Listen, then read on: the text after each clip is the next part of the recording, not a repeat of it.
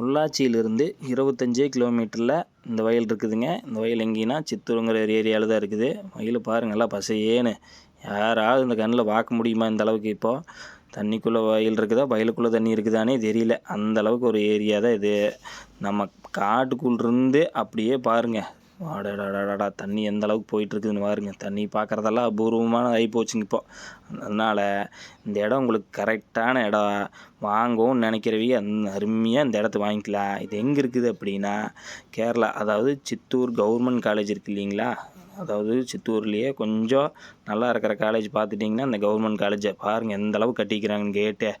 அதுக்கு பக்கத்தில், அதாவது பேக் சைடில் தான் இந்த இடம் இருக்குதுங்க.